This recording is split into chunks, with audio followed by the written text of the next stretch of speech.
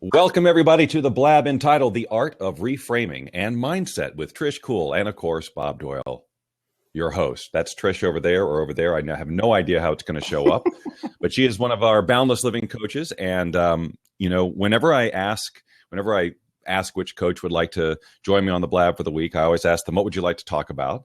And she said the art of reframing and mindset, which is a fantastic topic. But we'll ask her in just a moment why she chose that topic. But for those of you who are not familiar with me, my name is Bob Doyle. I was one of the featured teachers in the film and book The Secret, which is all about the law of attraction. And I do 3 live broadcasts a week, 2 on Periscope and 1 on Blab, related to law of attraction related topics. Anything having to do with creating a life by design and the things that stop you from doing that. And so this topic of reframing is a really good one because we run on autopilot so much, and we sometimes forget that we have choices on how we interpret any given situation. So if you can listen closely today and take something from this, and it can help you navigate your day in a different way, so you don't feel such a what's the word? Just a slave to your normal choices that may not serve you. So again, let me just welcome Trish Coole, one of our Boundless Living coaches. You can interact with all of our coaches at our Facebook group. And Nori, if you can put that URL up there in the chat, that'd be awesome. It's facebook.com/Boundless Living Coaching. They are all at your disposal. You can ask law of attraction related questions and get an answer there. Or if you'd like to actually step up the commitment a little bit and have a one-on-one conversation with any of these coaches, you can go to boundlesslivingcoaching.com, which is where you can fill out a little application and all of that to, let's look at the spelling of Boundless Living Coaching on that last one. Yeah. Okay. There we go. All right. Boundless Living Coaching, but also check the spelling of the Facebook group too. Boundless Living, facebook.com/Boundless Living Coaching. Anywho, all right. Well, welcome, Trish. It's nice to have you here. Welcome. Thank you. Thank you for getting up whatever early in the morning to join us here. It's nice to have you. So today the topic, as I said, is reframing. And let me just restate sort of what I said at the beginning.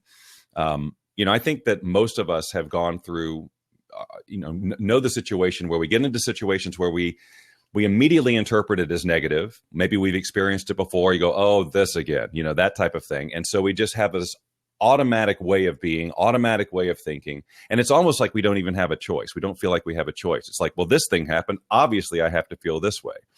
But that's not the truth. We actually, we all have the ability to take control of our mind and interpret situations in just about any way that we want to. It may not always be easy, but from a law of attraction point of view, you have to understand what's happening to you vibrationally at an energetic level when you choose to go down a negative path, when you have a negative response to something, just because it's your habitual way of being. And so the purpose of this conversation is to hopefully give you ways to, I guess, first of all, notice when you're doing it, and then ways to shift out of that so that you can choose a different, basically give yourself a different emotional response, one that might actually serve you a little bit better. So Trish, why don't you tell me, first of all, share with all of us why it is that you wanted to talk about this topic in the first place? Because for me, this is a tool that's helped me most in the last 10 years or so.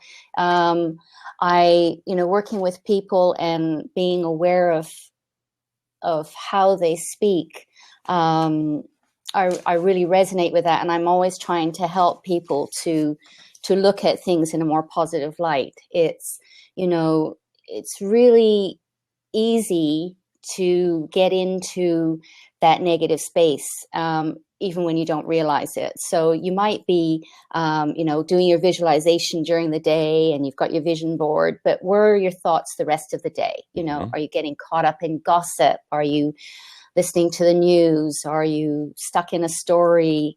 So being able to be aware of your thoughts and reframing it just changes your whole energy, changes your whole vibration. First of all, being aware of what you're thinking, you're halfway there. And then being able to change it can just shift your vibration and help you to bring to what you really want in your life. So was this something that you ever struggled with? Is there a certain amount of passion you have for this because this was your thing at some point?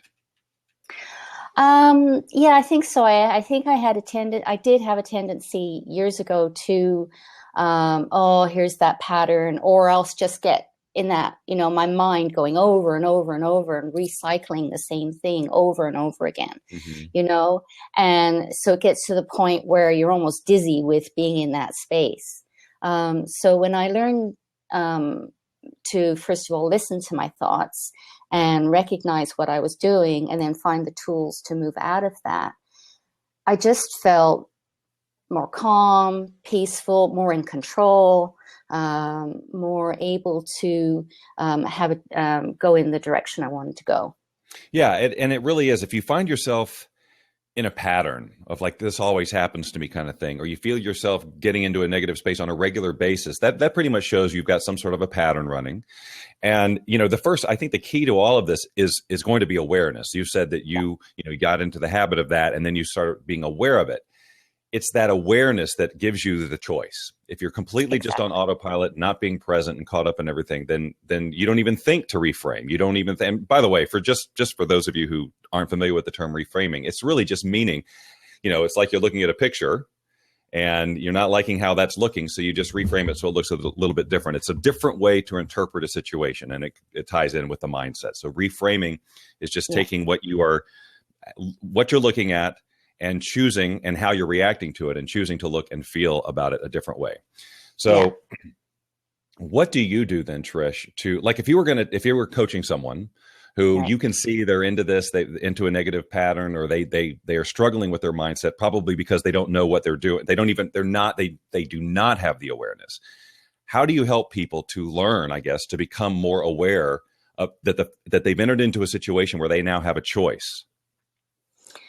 So what I usually do, first of all, is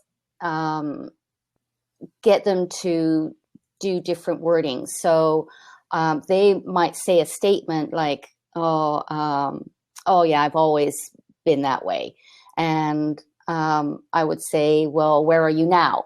In this moment, where are you now? And it's getting them to be aware of exactly what they're saying. So I would get them to say, what did you just say? Can you see the negative in that? Mm-hmm. What would be the opposite in that? The law of polarity is that there's always a positive to every negative, and I'd say, how could you word that differently so that it would be more positive for you? How could you word that differently so you can learn from it? What's another aspect? Yeah. So I wonder if we could come up with any sort of an example. I mean, I can just, I don't know, make something up. One of my favorite ones is like, I'm running late, and I'm a freak about time, right? So I'm in traffic and it's just building and I feel completely out of control of the situation and I'm getting all worked up. Help. Okay. So what is good in that moment? What are you grateful for in that moment? Well, I guess I'm grateful that I have a car. I'm grateful that it has an air condition. I'm grateful that I get to listen to music. If I'm with Lynn or somebody like that, I get a little extra time with them. I can use this time to meditate or, something like that. Not with my eyes closed, obviously. But, how could I use this time that I've been given? Exactly. That's one way to do it. Now, I don't know that I think that that may be harder for some people at first, but, learning to do that. I happen to live with someone who is constantly reflecting back at me how I'm being in a particular situation and asking me how I might reframe it or what other way might I look at it.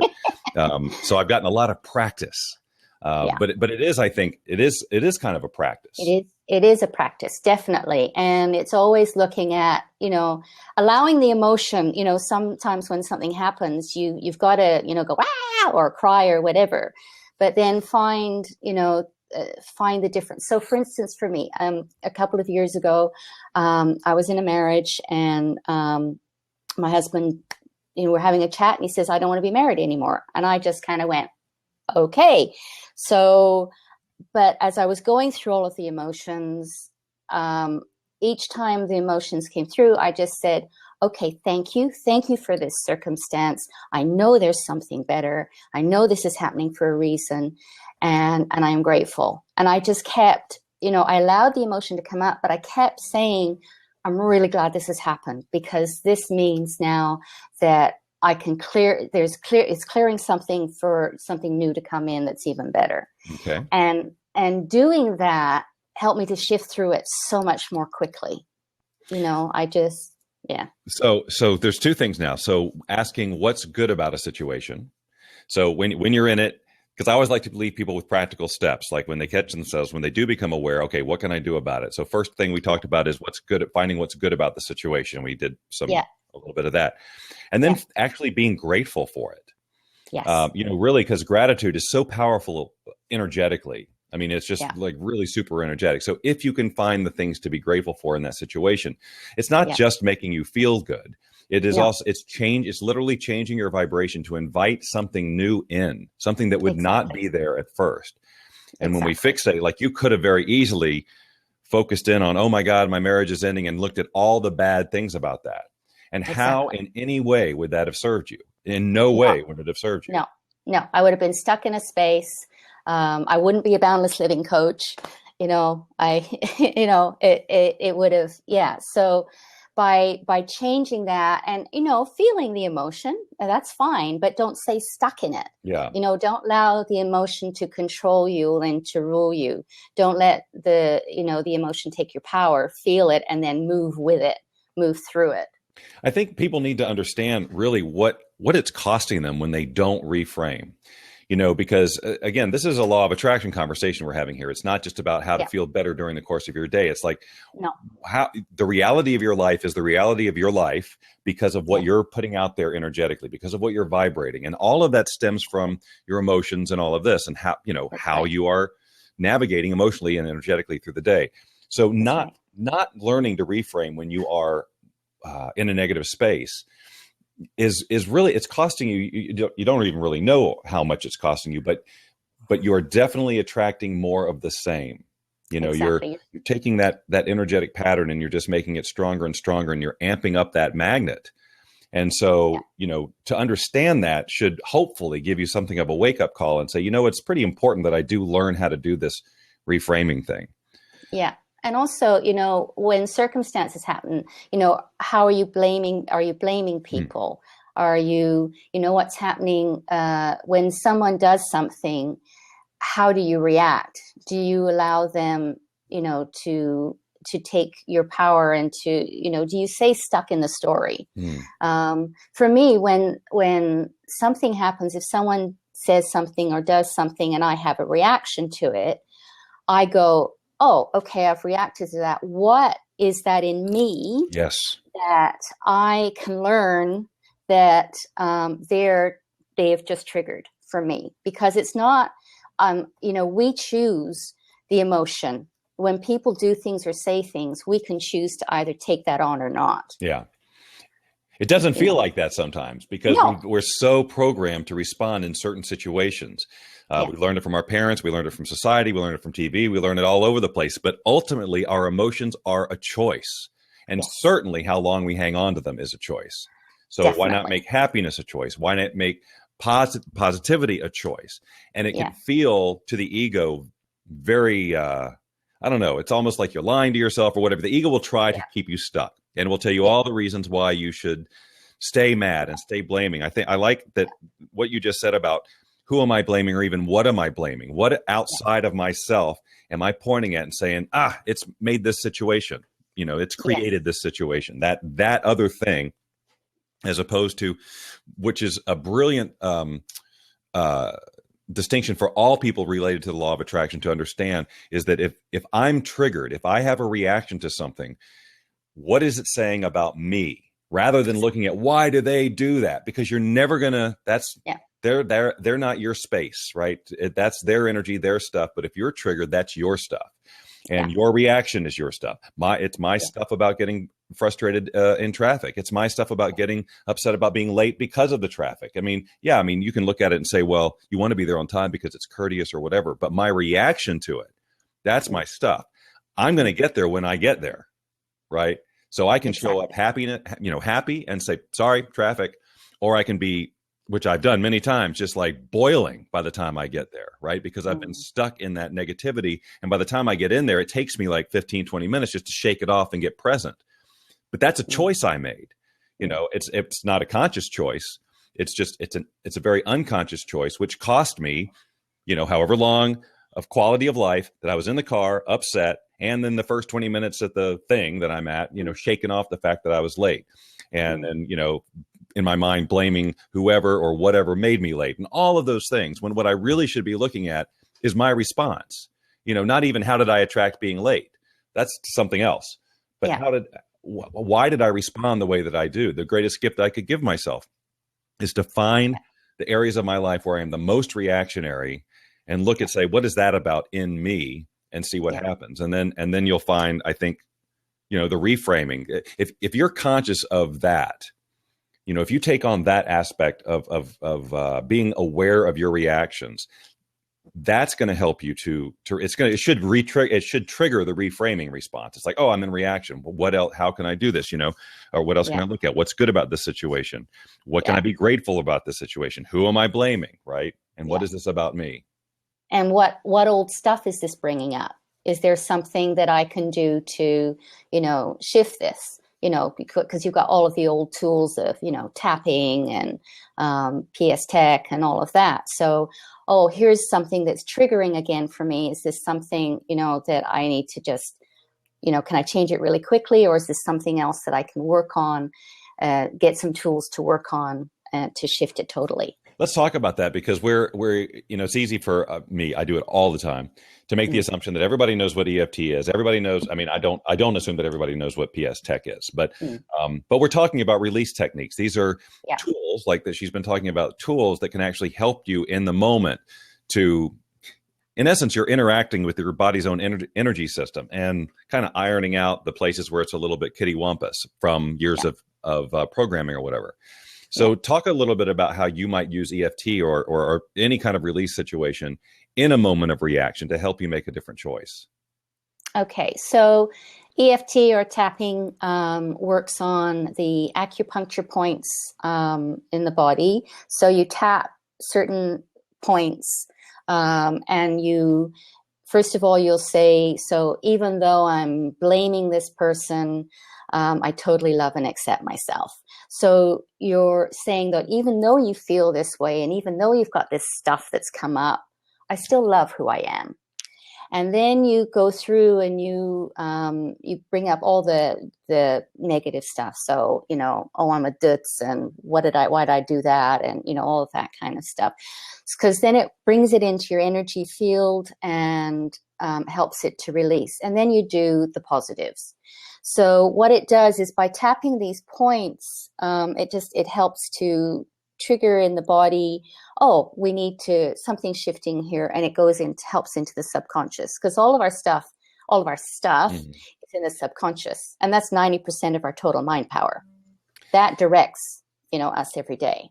Yeah. And so for those of you who don't know about EFT in detail, I mean, a lot about EFT, there's plenty of information out there. There's some great people who blab on it and Periscope on it. And there's, you've got so many resources, but it's a skill set that, I incorporated into my law of attraction program years ago when I finally started using it, because, if you're not familiar with it and you're hearing her describe it, you might think, well, seems weird, which I did. I thought that for a good year and a half before I even tried it. And then I tried it and was like, oh my God, this changes everything. It's truly a game changer. And so, in the context of this situation, it's a great tool for helping you to reframe.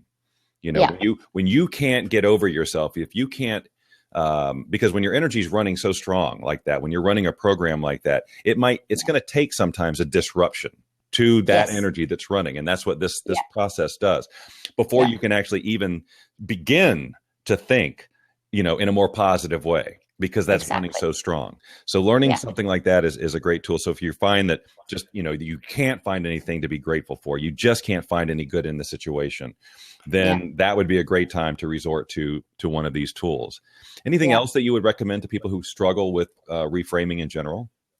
Well, sometimes, you get even caught in, I'm in this negative space. I need to think of something positive really quickly so I can get out of this negative space. And then that keeps you in. So I've got a couple of quick tools that I use. And one, of course, is gratitude. But the other is, there's a Marcy Shimoff thing. And she just said, you raise your arms in the air.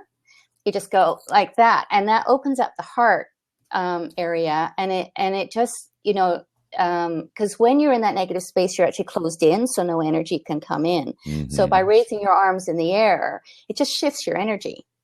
So what I usually do is I raise my arms in the air, and I might even do a little bit of a dance or something, doing, that just to, shift the energy straight away. Also taking a deep breath, breathing is really important, because that brings you into the present. Because when you're in that reactive, depressed, anxious, angry space, you're actually not in present time. So it's about grounding yourself. Take a deep breath, look at your feet, all that kind of thing. Also doing something fun, like I've got, I think somewhere here, I've got a bubble blower. So I just do that at times. I'll just blow bubbles just to shift my energy. And then I can go into maybe doing some tapping or PS Tech or Sedona method. There's lots of different release techniques out there. But if you can just shift your focus, first of all, or even just kind of, just tapping, just kind of shifts. I find that, it's interesting. This is just an aside, but, for years before I knew about EFT, or what it was, or tapping, or any of that stuff, I would find if I was in an upset, like an argument or something with somebody, I would find that I would just sort of find myself doing this, like without even thinking about it, just like, it looks like a movement of frustration, like, oh, what, like that. But but in retrospect, I'm realizing it has a calming effect. And this is another point right here on your collarbone that I find that I go to a lot if I get it in any sort of anxious situation, because this is something that, this isn't quite as publicly embarrassing. You can work around this or whatever, and it does help. So you gave some great stuff there, and I just want to underscore all of this stuff. And a lot of it had to do with moving in general. So raising your arms in the air, like a power pose. You hear about power poses, and there's several of them. That does have it. It does have a profound impact on your emotional state. When you change yourself energetically, stand in one of those poses. It's like when you smile, it actually has a chemical reaction. It's not just the shape of your face that changes. It changes something, much more at a chemical level. And so that's what we're talking about. Excuse me. That's what we're talking about doing there. Breathing, again, brings you into the present, just like you said, and also just oxygen and things like that. Adrenaline, the adrenaline that works up when you are upset like that, oxygen like that, it metabolizes that, and so it can bring you down. When you're in a response mode like that, like fight or flight, when you're upset, that's adrenaline going. The deep breaths, nice, calm, that actually metabolizes that, so you can calm back down. Because when you're in that fight or flight mode, you can't think resourcefully, you can't think creatively. There's very limited. You have access to very limited ways of thinking in a positive way. So breathing is a great first step to do that. And then something fun. And I love the bubbles. It just makes me want to go get bubbles and have bubbles. I've got them. Oh, here they are. Here. Yeah, because who doesn't love bubbles? And I would think that would also be like, I'm just imagining blowing bubbles is a very bringing you into the present thing. Because number one, you're breathing. You have to, right? You blow a lot of bubbles, you get oxygen moving in your brain. Plus, there's just that childlike fascination with bubbles and the colors and how big can I get the bubbles? And, oh, that was a good one. Oh, look, it didn't pop, right? It just brings us, you become so totally focused in the present. I just love that as a tool. I just like blowing bubbles. Like I'm borrowing that. I'll give you full credit. But I love that as a way, like, so have bubbles in all the rooms, in all your rooms. I like it. And even doing something like, Yeah. It just really just shake it up. Bringing that child, shake it up. And you, in something else you said before that, and again, this is all stuff for people to notice, to help them move into reframing, basically. Exactly. But that tightness, we get closed up, and that's why the power poses open us up. But just notice your physiology next time you're in one of these upsets, whether it's in the car or just in a conversation or at work or wherever it is. Notice your physiology. How are you holding yourself? What have you let happen to you during this? And then what can you do to actually just change it? So like you said, all that, again, more breath moving, it's movement of the face, it's a vibration, it's just a disruption, really just anything that can snap you out of that for a second can give you a different way of looking. So those are all brilliant steps. Let's see. Does anybody have any questions? If you have a question around this topic or something you'd like me to relate, if you type /Q in the chat, it'll pop up as a question, and then we'll, as someone, I'm looking at saying Rocco says sing, and that's just another way to break the state. See, I know for me, like some of these are going to work better for some people than others. Like when I'm really in my stuff, and if Lynn were to tell me to sing, I'd be like,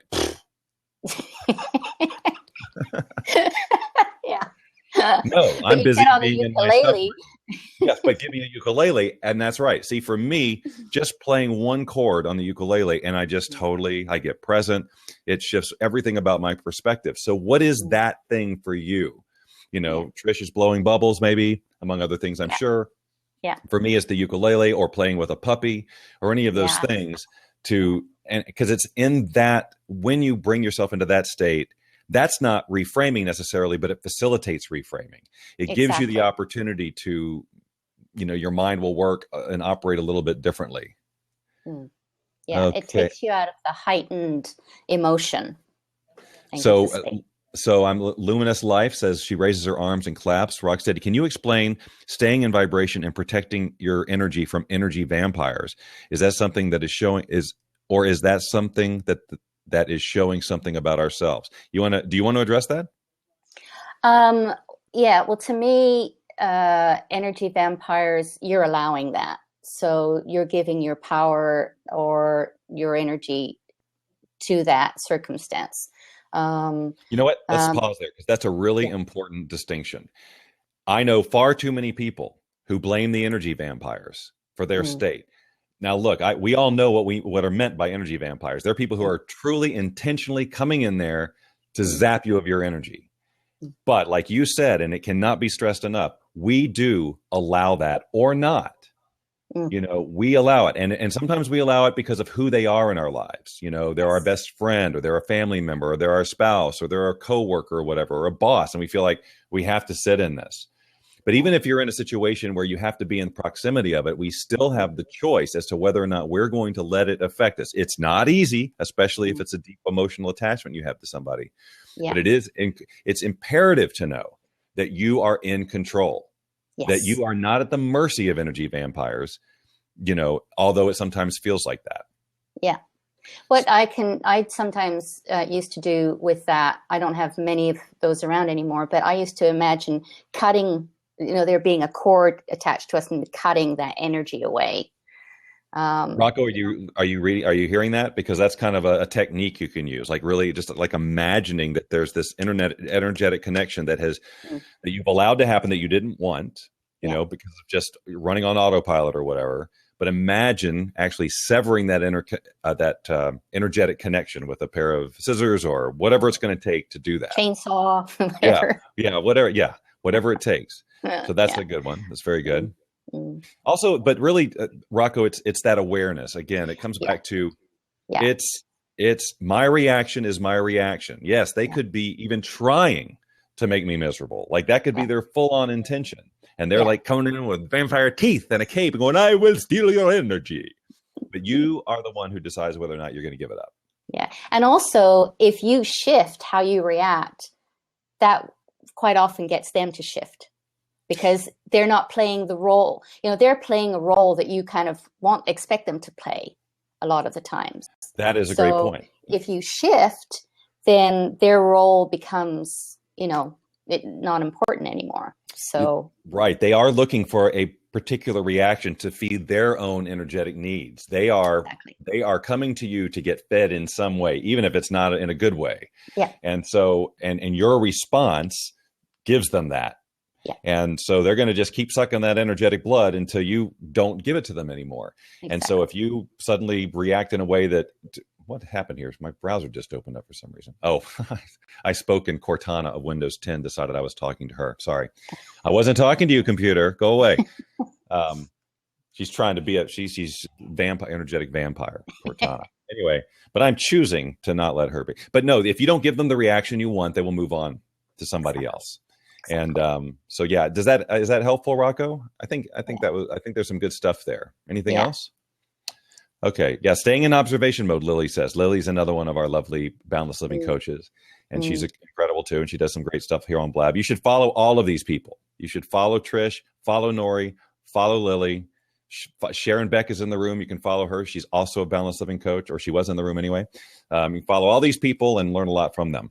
And again, interact with them in our Boundless Living Coaching Face group or at boundlesslivingcoaching.com. Look at that. She was right there with the URL. Thank you, Nori. Oh, there's Luminous Life, Sharon here. So she just she goes to Sharon. Okay. Yeah. Let me see, because I don't know that I'm following you on that one. I'm not. Boom. Now I am. So everybody join in and follow all these people. You'll be happy that you did. Are there any other questions around this? Because this is a topic that, it doesn't necessarily, we don't have to talk forever on it. Just these nice, simple techniques. And there's several of them here. Any of them can help you to reframe. But so so if you've got another question, ask it. Otherwise, I want to go ahead and just sort of recap what we've talked about here. First, we were really talking about what we can do in the moment to reframe. And then some of this other stuff that we were talking about is helping us, giving us access to the ability to even reframe. So we might have wanted to talk about it's almost like in the reverse order. So you've got in a situation that you need to reframe, but your ego or whatever is making it very difficult for you to find what's good in the situation, or to find something to be grateful for, or to look at who am I blaming, because clearly it's all their fault, right? But these last things that we've been talking about, like getting into the power poses and moving around and doing a dance or singing or blowing bubbles or all of those things, that helps to change your state physically, physiologically, emotionally, energetically, get you into a more creative, imaginative, like blowing the bubbles and stuff. I mean, who's going to walk around pissed off if they're blowing bubbles?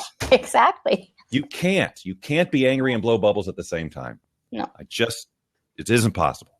No. So anyway, I love the bubble. And there's other things. Where are you? What kind of things do you want in your life? Where are you now? So for instance, if you were unhappy with where your body is right now, you would like to be a different weight or be more fit or something. How often do you say, oh, I feel fat, or, why can't I be, oh, my clothes don't fit, all those types of things. Instead, going to yourself, wow, isn't this amazing? Thank you, body. I created this. Mm-hmm. I am a powerful manifester. Okay. So that means that I can manifest a different size or shape or whatever. So body, thank you so much for showing me this. I'm really grateful for where I am. And, will you show me the tools to have a more fit and healthy body? Yeah, so that all comes from the power of taking responsibility for your situation. Not about blaming yourself or making yourself wrong, but like you said, wow, I really powerfully manifested this, even if I didn't necessarily mean to, because I was living unconsciously. But I have done this, and now that I'm being conscious about it, I have even more power to manifest. Exactly. And so the weight thing is a great example of that, but there are so many others. So and Coach Nori Love. Nori, again, underscored the whole thing about gratitude. I would imagine that most people on this blab or watching this type of thing are familiar with the power of gratitude, but there's not much stronger than that. The way that it can shift you and the way that it can help you become a more powerful manifester and just enjoy your life more, and give you, hopefully, if you can live in a stronger or more consistent state of gratitude, you'll have less situations to have to reframe. Yeah. But if you're into the habit of noticing what to be grateful for, then reframing is going to be super easy for you. Yeah. Because you'll immediately go, oh, I don't like this, but I am grateful for this and this and this and this and this. And then, and it's like, if you could see your energy on some sort of a energy reading device, it'd be one thing. And then you start to be grateful, and you're just going to see it shift, and everything changes then. And again, your body changes and all of those things. Because remember, just going back to the whole body thing and the movement, our body isn't separate we're all connected. It's all one big mass ocean of energy, right? So, not incorporating our body into this process of reframing and stuff just makes it harder, because it's right there for us to do. We have this ability to move around and shake around and sing and breathe and all of those things to help us. And so we just need to utilize those things. Yeah. All right. Yeah. All right. Any other questions, folks? Because otherwise we'll wrap it up, and then this blab will be available here, but also we'll have it posted in the the Boundless Living Coaching Facebook group, which Nori has posted the blab for, and I'll have it up here and there. And I'm sure, Trish, you can share it with your sphere of influence, and I'd love that if you did. But I think it's just it's a super important topic, guys, because our mindset which is what we're talking about here. Our thoughts are the beginning of everything. Our thoughts and how we navigate them have a direct impact on our vibration, our emotions, thus our vibration, thus what we allow into our life. And so I really just invite you all over the coming days, and tomorrow here in the United States, it's all about gratitude. It's Thanksgiving Day, but to really notice, but it's also Thanksgiving is an awesome opportunity to notice reaction, because we're getting family and things like that, and it's really a great opportunity to practice your reframing tomorrow. And Christmas, anytime, any kind of family holiday. Any family thing, yeah. That really tests you. But it would be interesting that even if you feel like you go through tomorrow and you get triggered and you sort of fail at the reframing, at least you're aware, and it might be good to notice tomorrow or just whenever in your life when you're getting reactionary, where you're struggling with reframing, and then how you might go back to this list of things and start really being more conscious about trying them. Because in the moment right now, if it's new to you, this whole idea of reframing, you may remember this stuff, but you may not have the whatever to actually do it in the moment. Now I got to finish this argument and win it first, and then I can look at what's good about the situation. Right? That's, I can see myself doing that very easily. I'm very challenging. Lynn, I'm talking about at Lynn Rose, folks.